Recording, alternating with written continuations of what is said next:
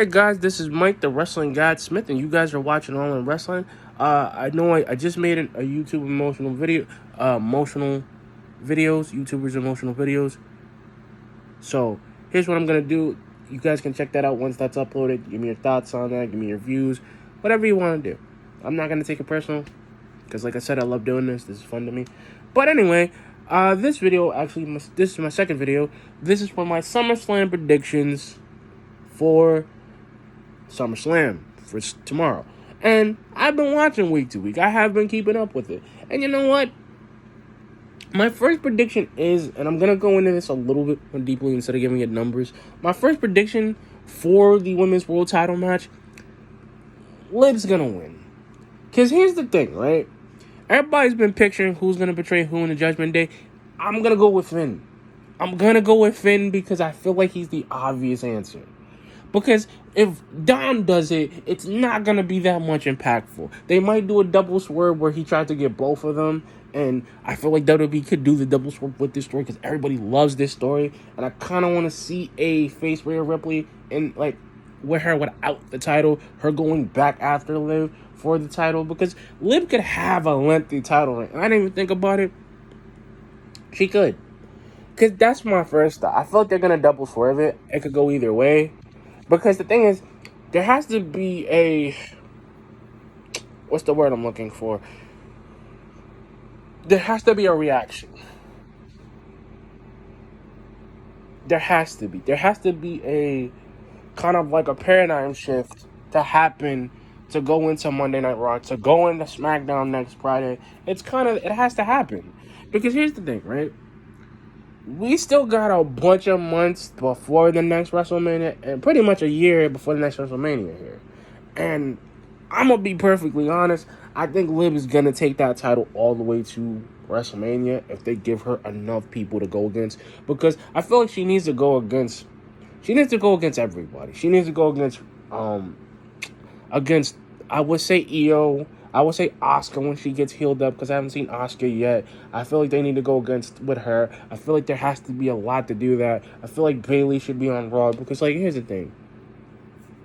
Her being on SmackDown really doesn't really work because the thing is, she's and I'm gonna go a little bit more deep. I'm gonna go into deep with that with my SmackDown side of it. I'm just gonna go into the next thing. And the next thing I really feel, and this is the next thing I think for the SummerSlam predictions, and I'm also going to say number 2. So my second prediction is Cody's going to retain the WWE title. I feel like that's going to happen. I feel like he's the guy. They're trying to set up an amazing story with The Rock because he's done filming. He's straight. He can come back to WWE. They're giving him a full-time role because he's the boss now. I want to see the final boss against the American Nightmare as a match. I kind of want to see him carry the title as much as he can until Roman gets back. Maybe they're going to I feel like they're going to do the War Game story of the old bloodline against the new bloodline.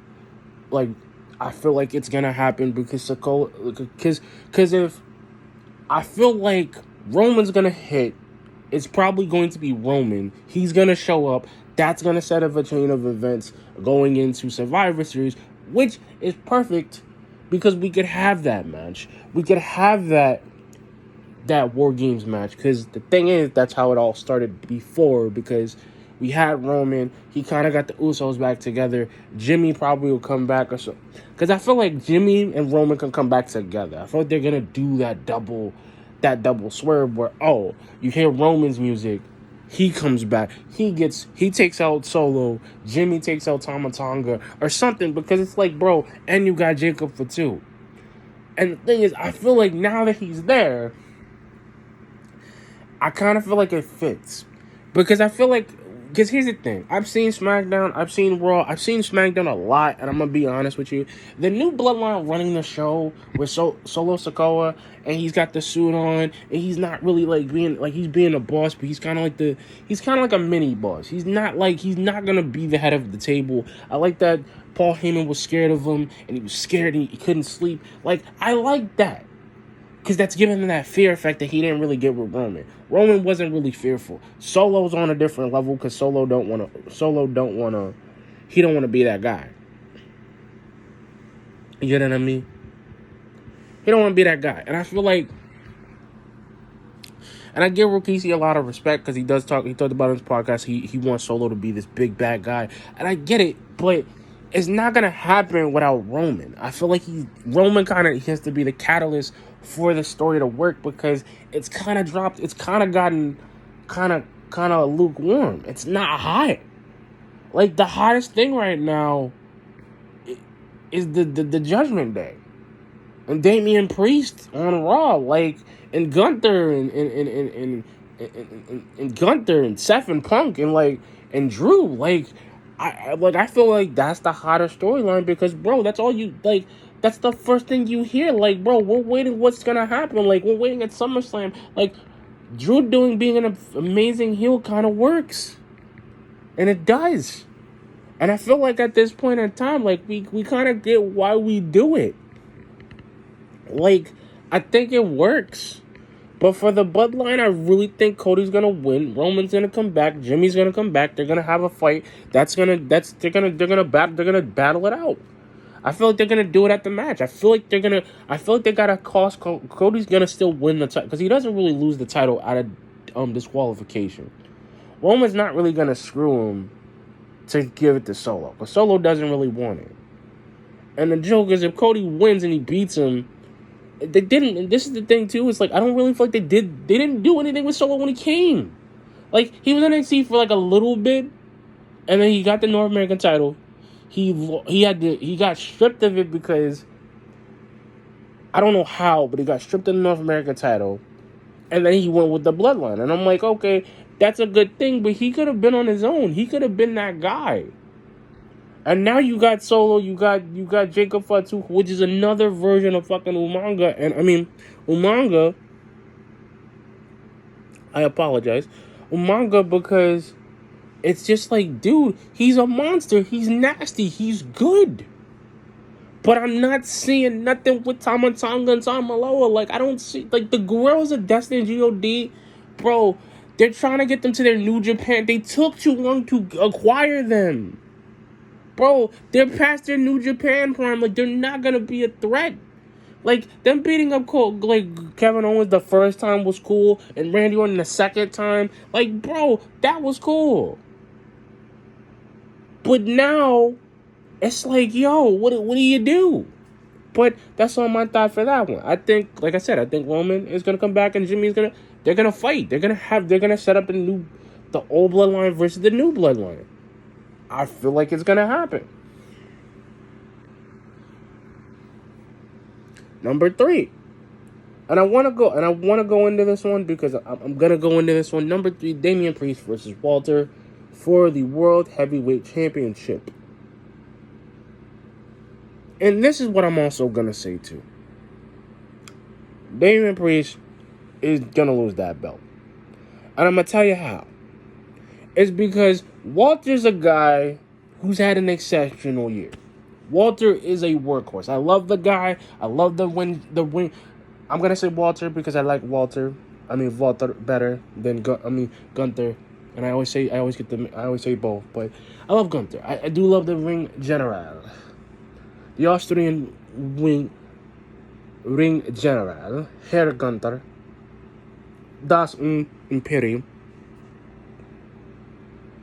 See, I like him. I like Gunther. He's the workhorse. He has shown he's taken the Intercontinental title to heights that I thought it probably has never seen since the Attitude Era, since the Ruthless Aggression Era. And I say this because this guy is he's the X Factor. He has the build. He likes to move. He doesn't really need a special. He doesn't. He's got a power bomb. He's got that diving headbutt. He can submit you. He's a submission specialist. Like, he is a brawler, but he's a powerhouse. He's a mix. And I like it because here's the thing. Damian Priest is not going to be Gunther with one South of Heaven. It's not, like, bro, like, he's going to kick out of, like, 3 of them. And Gunther's all he got to do is just do the power bomb, do the splash. He's going to have Imperium backing him up. And the thing is, I want Gunther to have the world. I think it's time. I think he has done so much work, many good things ever since I've seen him in NXT UK and I've seen him in NXT, and I'm like, bro, he's a different bottle. He's a different level. He fought Joe Coffey. He fought Pete Dunne. He did a bunch of stuff that I never thought he would do. And this is what I'm saying. You're taking a guy who's literally built for this business. Like, he's not stopping. He's probably going to be a 5-time world heavyweight champion at some point. Because once he gets that belt, it's over. Like, and I thought Seth was a good champion because he's going to defend that belt. Gunther is going to elevate that belt. That belt's going to be the highest prize in Raw right now, as much as it is right now. Like, he's going to elevate that belt. Finn's going to want it. He's going to want to fight everybody. Gunther's going to win. And it's not even because he's going to do the powerbomb. He's going to win by submission, or like he's going to beat Damian Priest. Like, Damian Priest is tall, but Gunther is strong and he's fast. Like, he's not slow. Like, he can go. And I want to see this dude go a couple of rounds with him. Like, that's what I really want to see. You know what I mean? And that's my number 3 prediction. My number 4 prediction is Sami Zayn against Braun Breaker against Sami Zayn for the Intercontinental Championship. And I'm going to go with Sami on this one because Sami's going to retain. He beat him before at the last pay-per-view. Braun Breaker loved the guy, but he's not there yet. Because the problem is that Braun Breaker is a good dude, but he's not. When it comes to Sami, it's a different ball game when it comes to him. Like, Sami's an underdog. Even when he's a champion, he's an underdog. And that's the thing. Even if Sami does lose the belt, the dude could go chase after it. He's still going to be the underdog of a champion because he elevated the belt thanks to Gunther. And it's like, bro, like, Braun, I love him, but I don't think he's going to come away with this. The only way he could beat Sami is that he goes in, when the bell rings, he goes in right after him. He goes in with the spear. He goes in with the Frankensteiner. He goes in with the power slams. He goes in with the backbreakers. He goes in on him. But if you don't, then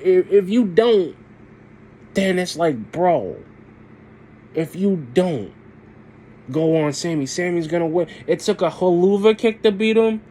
Next is going to probably take a Blue Dragon Thunder Bomb to beat him. And I really feel like Sami's going to go in and he's going to win. Like, Braun Breaker's I want him to get fed up enough where he goes on a rampage. And that's what he should have did in the King of the Ring.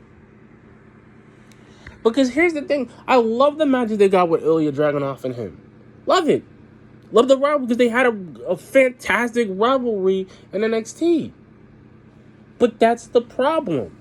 It's like, bro, when they go to main roster, they don't get the same amount of breathing room as NXT. NXT is a developmental point to have any rivalry that they can make a story out of that. They can make 5 or 6 rounds of it. Braun Breaker against Sami Zayn is probably going to be a really good rivalry of the year because it's like, bro, it's Sami Zayn.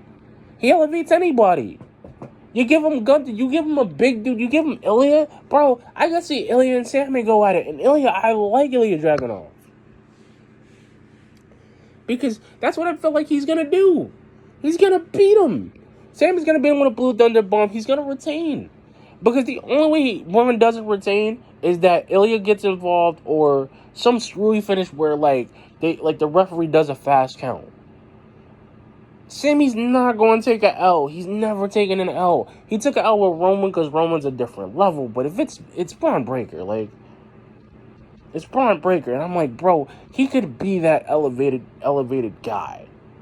He could be that guy. He could be the elevation. He could make the money. He could change it. But he's not that guy. Like, Sami's gonna win. He's gonna retain. It's not really going to be... It's going to be a really good match. It's going to be amazing tomorrow. But that's not the one where, I'm looking into it. I really want to look into it. Number 4, which is the WWE Women's Tag Team... not women's. Women's Championship. I thought Women's Tag Team. I haven't seen those belts in so long. Sorry, guys. But here's the thing. Nia Jax against Bayley. I'm gonna go with Bayley. And I know, guys. Everybody else is probably going with Nia Jax tomorrow. I'm going with Bayley because here's the problem. It's like, Nia and Tiffany being friends. I'm like, bro, she's the Money in the Bank contract holder. She pretty much has a guaranteed shot to win. I feel like they're gonna go full body with her going to being women's champion because there's no way she should have won. Io should have won, or Zoe should have won because I'm like, bro, she needs a championship. I'm sorry. And honestly, I'm gonna be 100% honest with you, bruh. Bayley's gonna retain. They gotta set up a feud with her and Tiffany at some point, and they probably are going to do that. And I really feel like they're going to do that at some point. Because Nia just being involved doesn't really make sense. She's probably gonna cost, like, Bayley's gonna win. Like, Tiffany probably might interrupt it for, because I feel like Nia should just beat Tiffany for the money. Like, they should wrestle for the money in the bank contract. I really feel like she should just swerve her and be like, yo, you thought we were friends? Like, that, I feel like that would work in giving her that movement. Because honestly, I love Tiffany Stratton. I love what she can do. I love that she actually is a good athlete and she's not, because she's kind of like Mariah May in AEW or Frankie Monet with Taya Valkyrie. It's like, bro, she's kind of the mix of those two. Like, she can do it. And I feel like she's going to get that chance, but Nia has to be the catalyst. Nia has to do, like, something, like, really, like, take her briefcase, cash it in on her, boom, she gets the title. It's kind of a simple, like, I feel like they should go that way with the story. I feel like they should be like, yo, you thought we were friends? She does a promo, oh, I became women's champion off of a false friendship with a person that I thought, and then Tiffany gets, because I want her to be a baby face. I want her to kind of, go on a championship, like, contender journey where, because the Money in the Bank is kind of like an ultimate opportunity. It's kind of a banked in, it's like a locked in shot. But I feel like if she lost the Money in the Bank, I want to see her kind of go into the depths of, like, she goes insane after Nia. Her and Nia end up fighting for that. It's a whole thing. Like, I've never, like, I would feel like if she goes nuts, if she does, like, a complete, like, a Mariah May, like, face turn where she is determined to beat Nia Jax, and she's determined to be champion, then you got a story there. You got a hot story. You got a fantastic story. But right now, I'm like, bro, Nia should have just took the Money in the briefcase from the start, bro. Like, her getting a number one contender spot really doesn't work because Bayley's going to end up winning against Nia. They're going to have a fantastic rivalry from NXT, but I'm like, but I don't really remember that. Like, I do because I've seen it. But everybody doesn't really remember that. But the next thing I want to talk about, and I apologize for the minutes, guys, I'm giving you guys my real insight about it because I've been watching. And I'm going to say this too, and this is the last thing I want to, the last match I actually want to talk about, which is the main event. We've got CM Punk against Drew McIntyre, the Scottish psychopath, the Second City Saint, the best in the world himself. And here's what I think. It's going to go either way. I just want to see what Seth's going to do. And I really feel like when he said his promo, like, referee's discretion, like, you guys do, like, listen, maybe I'll count to 20, maybe I'll count to 30, maybe not, who knows, I'll just let you guys go nuts. If you guys have a problem, like, here's the thing, right? When he literally said, I don't trust you, I don't trust you, I don't, like, and the thing is, Drew's playing the mind game, like, he's living rent-free in Punk's head, and Punk is living rent-free in Drew's head. And this is the thing, like, Drew's going to win. And he's going to get the world title. I feel like he's going to get it from Gunther. Like, because here's the thing. The reason I say Punk can't win this one, because if he gets the thing that has like the bracelet that he got stolen from, he gets distracted by the bracelet. Drew comes in with the Claymore. He gets his vindication from Punk. He's like, yo, I finally beat you. And all it took was this. Then CM Punk is going to be like, yo, okay. Seth comes in. And he's like, yo, since you already beat Punk. Because the thing is, Seth is really kind of winning on both sides in a sense. Because if Drew goes after Gunther, right? He wins the World Heavyweight title. He wins it from Damian Priest. The next night, Drew challenges Punk. Gunther for the title. He wins. Like, bro, there's like a two-part story in there in one match because, like, bro, Drew could take the title the next night. Yeah, like, listen, Adam Pearce can't really say, no, you can't defend the title. You can defend the title anytime, any place. Anytime. So if you want to get your big workhorse like Drew and Gunther and Punk, bro, you got a story. You add Gunther to the mix, like, yo, you want my title? Like, he said something about Drew, like, Drew, you had your shot and you lost it, but unlike you, I'm gonna keep the title. Like, bro, I can see him and Gunther go at it again. Cause, bro, like, here's the thing. There's no, like, Punk could probably get the world title, or Seth would get it back from Gunther. And things, I feel like Seth should get it back from Drew, because it'd be, like, bro, Gunther can't really, he's not going to lose, but it'd be a fantastic it would be a fantastic four-man story, because you got Punk who wants to with Drew, then he can cost Drew the next night. It's basically an eye for an eye. Because the way I see it, if Drew wins, Punk shows up on Monday night, he costs him the match, they go back and forth.